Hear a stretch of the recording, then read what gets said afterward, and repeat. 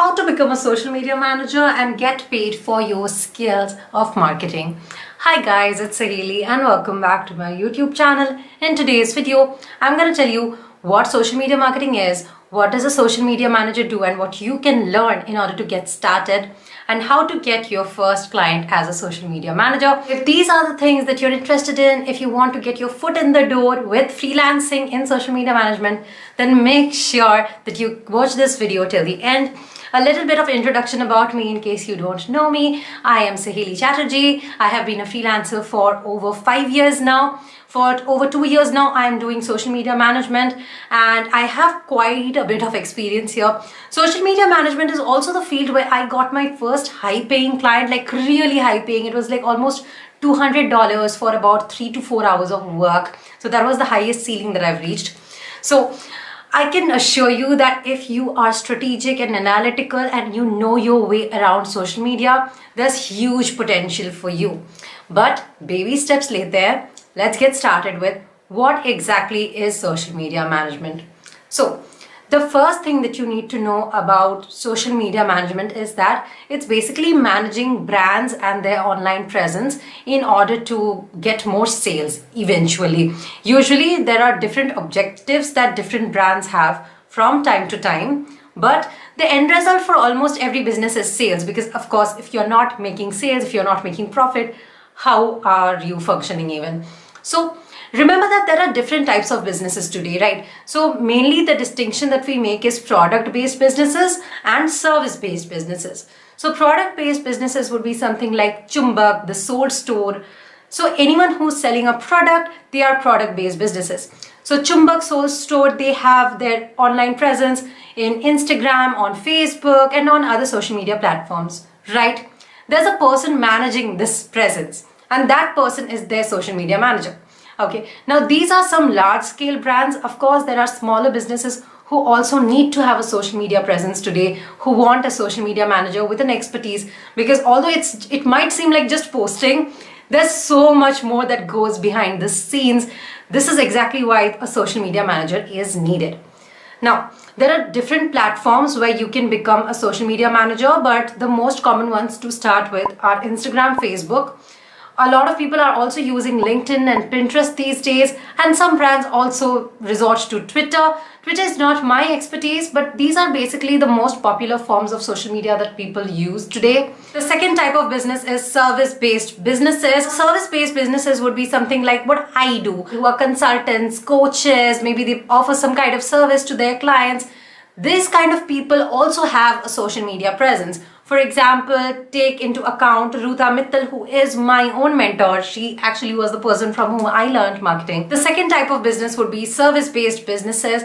This is basically where someone is offering a service and not a product. So let's say it's a very popular doctor with whom you can book a consultation online. A fitness coach, a doctor, a financial coach with whom you can book consultations, or you can get on a call with them in exchange of a fee.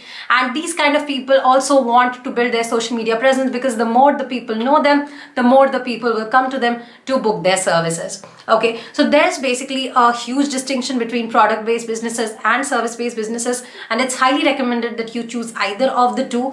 I've worked in both, but I am personally inclined towards service-based businesses. Even mine is a service-based business, so that's there. Product-based businesses are fun as well. So basically, for both of these types of businesses, to get sales, people have to know that these people, these brands, these products, these services exist, right? How would you make people aware? Through social media. So you start making content geared to attract audience towards you. So if you see Chumbak will probably post a lot of attractive images of products that will decorate your room. Soul Store posts picture of their clothes that look really good on you, especially if you're belonging to certain kind of fandoms. They post content related to that to attract people to their website and buy from them. For service-based businesses, the content creation will be made in such a manner that people get more aware of the service that the person provides. For example, let's say I'm a fitness coach and I want bookings of one-on-one consultations. I will probably want to educate people on health and tell them probably what 5 things that they should eat if they want a fit body, 10 things they should avoid if they want to lose fat. Okay, valuable stuff in my niche. Okay, probably I'll post all this on social media. People might find this attractive and follow me. And when this person who is following me will need health advice, professional advice, they'll probably book a call with me. All right. So these are two different types of businesses, and both of them have a different strategy to attract clients. All right. As a social media manager, you will be the person who will be making the strategy and managing it on social media. Okay. There are also social media managers who don't do anything regarding strategy. They just post whatever they are given. But I don't recommend being someone like that, because then you will be very replaceable. Okay. Now, where do you exactly do social media management? It can be any platform. It can be Facebook, Instagram, Twitter, Pinterest, LinkedIn, etc. These are the most popular platforms. Personally, my expertise is with Facebook and Instagram. So I would not comment a lot on the other platforms. LinkedIn I have used personally to get clients, but I've never handled LinkedIn for any client yet. I love to do that sometime though. But yeah, coming back.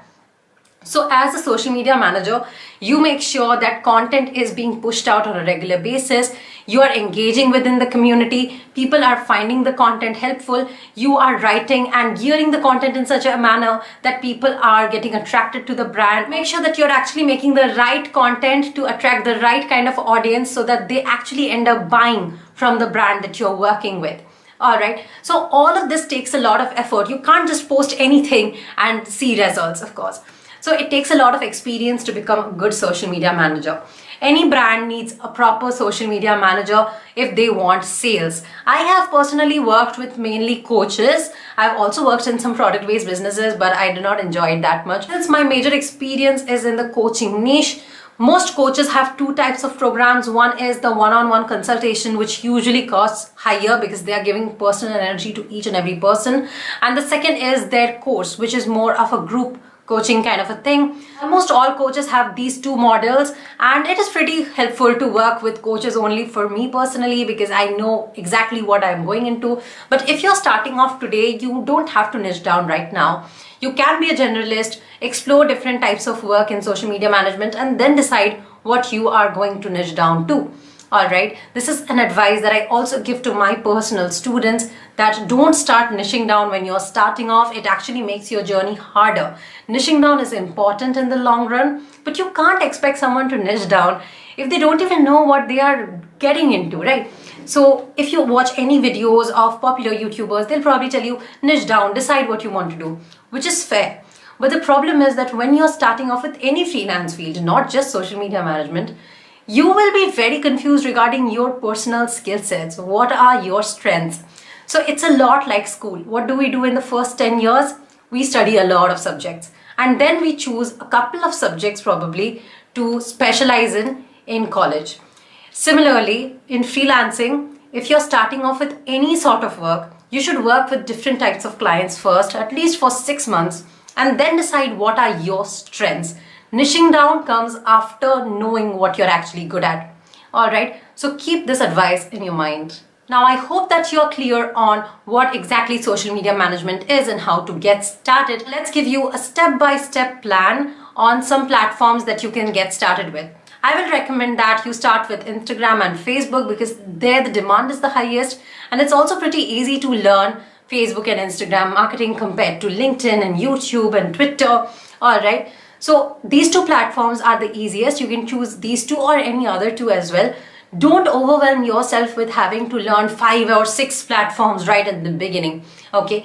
I don't think it is going to help you in any way. It'll take you months to learn anything. With just Facebook and Instagram, you can get a good grasp within a month. So firstly, choose any 2 platforms you want to offer the services in. Next, what you do is you build a very simple portfolio.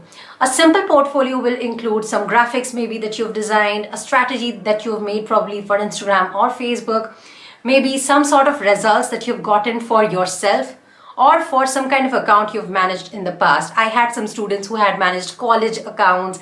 I had some students who had managed a friend's account, and I asked them to just include screenshots of the results that they had gotten in terms of likes, comments, saves, shares, website clicks, all of that, as much data as you have, even if it's like very small data. include it inside your first portfolio. Your first portfolio will be the ugliest portfolio you've ever made, but you need to make this in order to get your next client. All right. Now, the moment your simple portfolio is ready, you should start looking for clients. And you know what? The best way to look for your first client is looking around you. Yes, going for international clients actually pays you so much more, but when you're starting off, it can be hard. So what you can do is just ask around in your close friend circles, ask your family members, relatives if they have a business. For example, let's say you have an uncle who has a jewelry store and they don't have any online presence. Offer to do their social media for them for a week for free. Okay, do your best on their social media platforms, and if you get any results, propose that you will be handling their social media for a month and you'll be charging maybe 3,000 to 5,000 rupees to get started with. Alright, this is a very minimal amount, and I'm pretty sure if you're good at what you're doing, they'll be able to afford this. This is a strategy that has worked very well for a lot of my students. I keep seeing these kind of posts in my group all the time where people are like, hey Sahili, I just tried this strategy out and I actually had a relative who needed my service, so it worked out very well. The only tip that I'll give here is maybe you work for this person for 1 week free in order to prove your expertise, and also since you're starting off, you'll also learn if you're actually capable enough to do this or not. But after a week, you start charging them. Alright, that'll be fair to you, that'll be fair to this client. Another pro tip that I'll give here is try to work with people who actually have the ability to pay you. So just like the example I gave, let's say you have an uncle who has a jewelry shop and you have a friend who's starting a startup.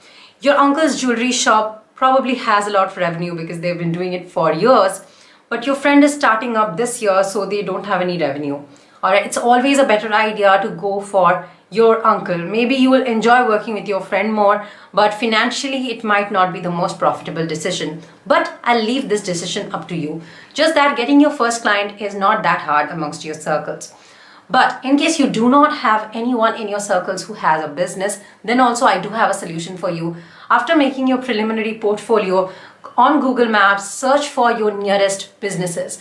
Go to your local business stores and offer them a service of social media management for free. Offer that you're gonna make a Facebook page and an Instagram page for them for free, and you're gonna manage it for a week for them. These people, of course, already have businesses. They are local businesses in your area that you've found on Google Maps.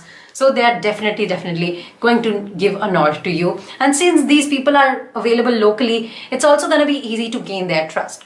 Alright, I hope that this helps. Getting started is the hardest part of any unconventional career, but once you do, there's no stopping you.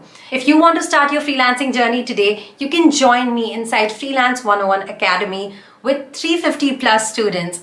This academy started about a week ago in January, and we already have 10 students who have started their freelance journey and got their first paying client. That's ridiculously fast results. I can assure you that if you're interested in freelancing in service-based niches, my academy is going to help you out. The link to get inside will be in the description below. Once you make the purchase, within 24 hours, you will be inside the academy. Do make sure that you read the page carefully to understand each and every section of the academy. There's a lot that is going on inside, and I can't wait to see you on the other side in case you're interested. But if you don't join us this time, no worries.